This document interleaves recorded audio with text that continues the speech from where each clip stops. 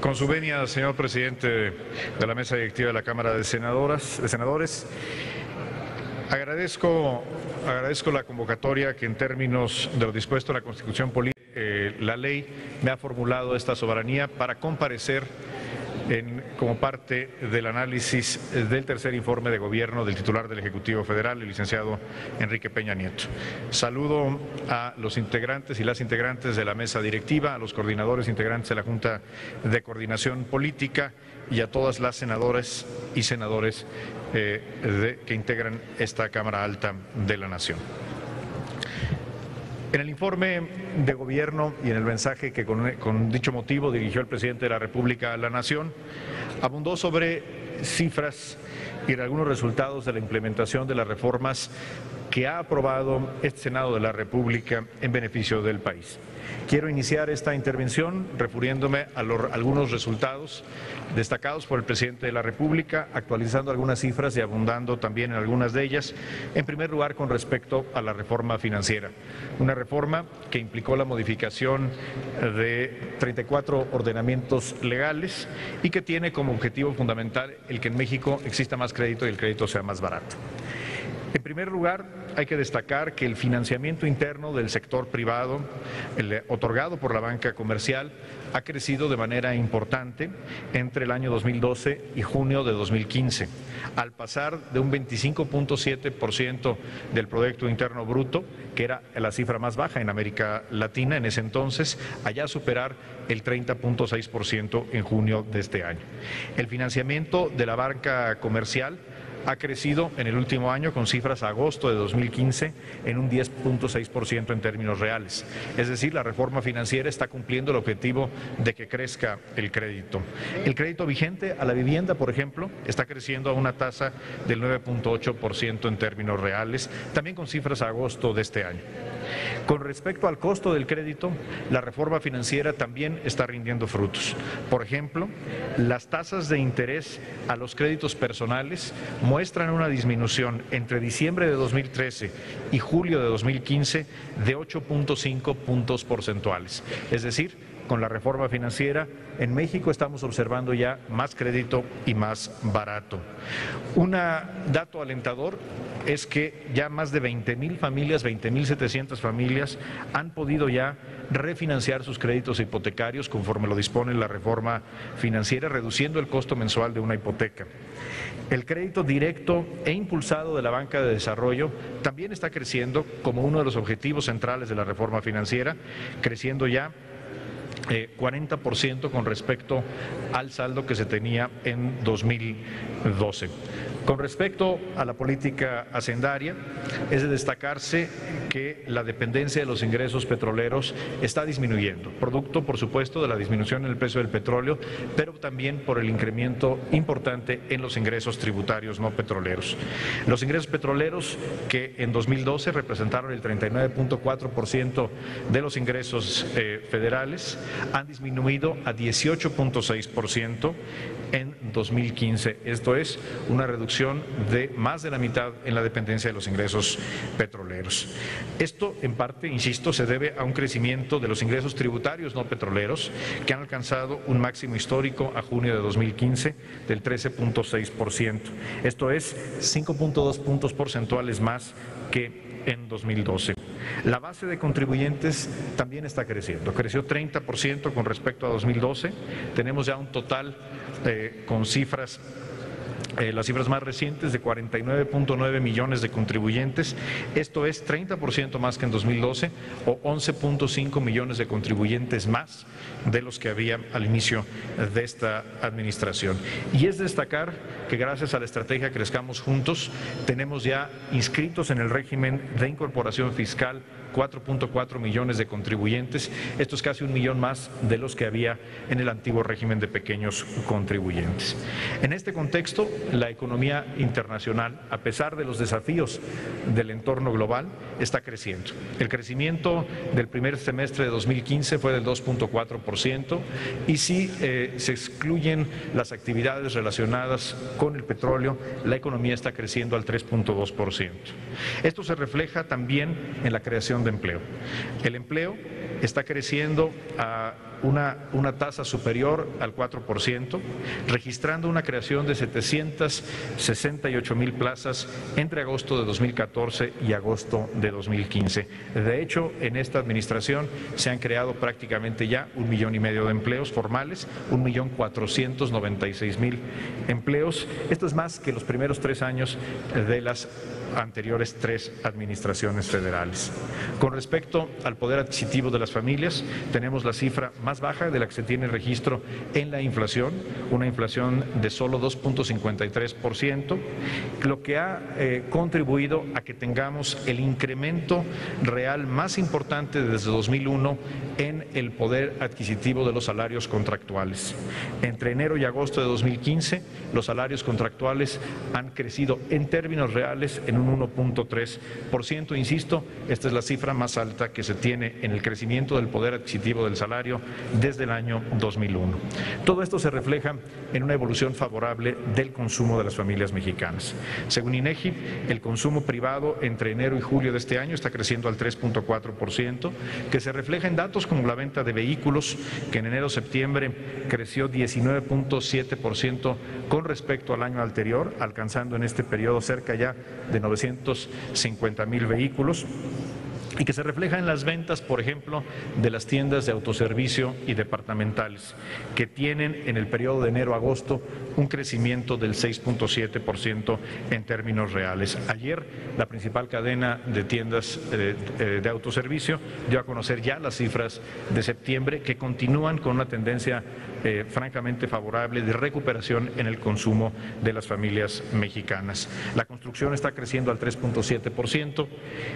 el comercio al 4,5%, y un dato muy importante, la inversión fija bruta en la economía, la inversión que realizan las empresas mexicanas, está creciendo al 5,3% entre enero y julio de este año. Todo esto se da en un contexto desafiante, complejo a nivel internacional, en el que observamos una desaceleración del crecimiento a nivel internacional, una caída en los precios de las materias primas, particularmente del precio del petróleo crudo, afectando nuestras finanzas públicas, y la incertidumbre con respecto a la política monetaria, particularmente en los Estados Unidos, y la eventual elevación de las tasas de interés en el mundo provocado por la política monetaria de nuestro vecino del norte.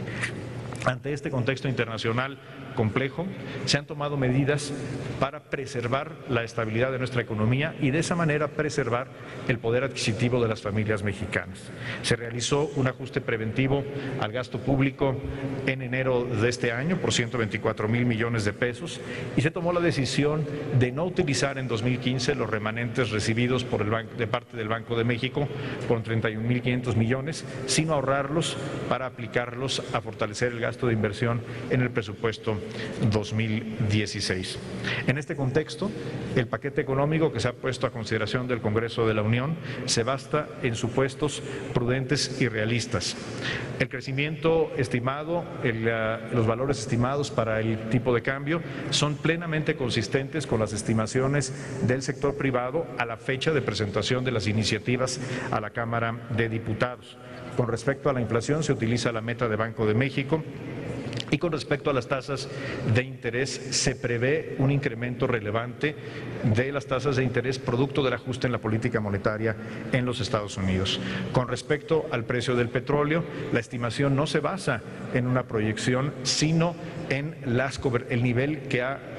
logrado cubrir ya en los mercados de derivados el gobierno mexicano como parte de una estrategia de mitigación de riesgos que se aplica desde hace más de 12 años. Como parte del paquete económico, se propone al Congreso de la Unión disminuir el déficit público, y esto se hace no mediante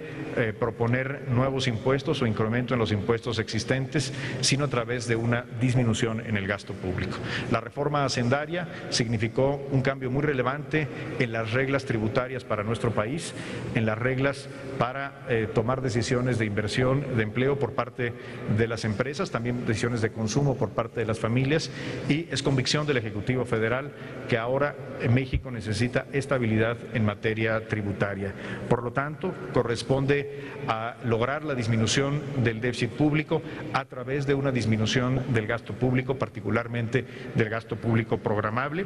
y esto se ha hecho a partir de una revisión exhaustiva de los diferentes programas y proyectos en el presupuesto, considerando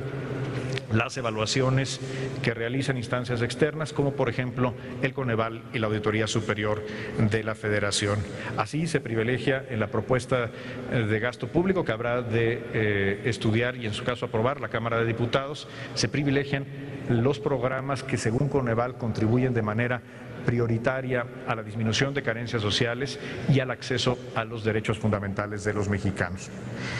En el paquete económico también se proponen diversas medidas para promover el ahorro y la inversión. Destaco aquí 3 de ellas. La primera es que se propone, como una medida para alentar el ahorro de largo plazo, excluir del tope global de deducciones personales para efectos del impuesto sobre la renta de las personas las contribuciones, las aportaciones que hagan los ciudadanos a las cuentas de ahorro de largo plazo, incluyendo las aportaciones voluntarias a las AFORES.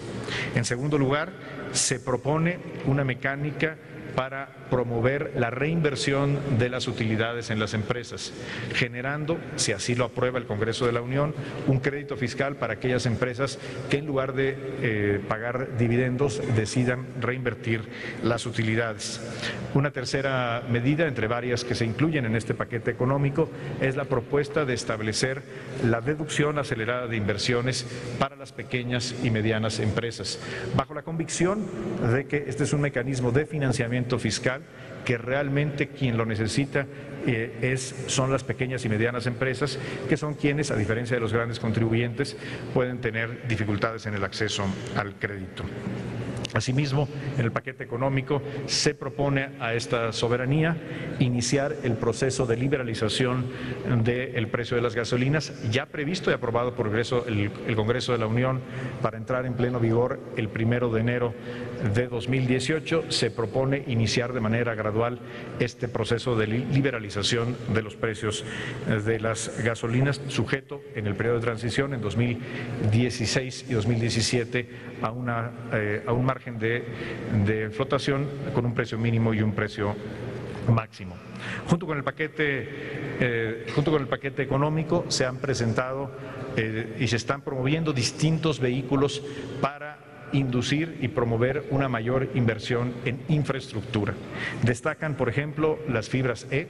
que son vehículos para atraer capital privado y de los mercados financieros al financiamiento de la infraestructura, y que han sido ya presentados las reglas tanto de la Comisión Nacional Bancaria como del SAT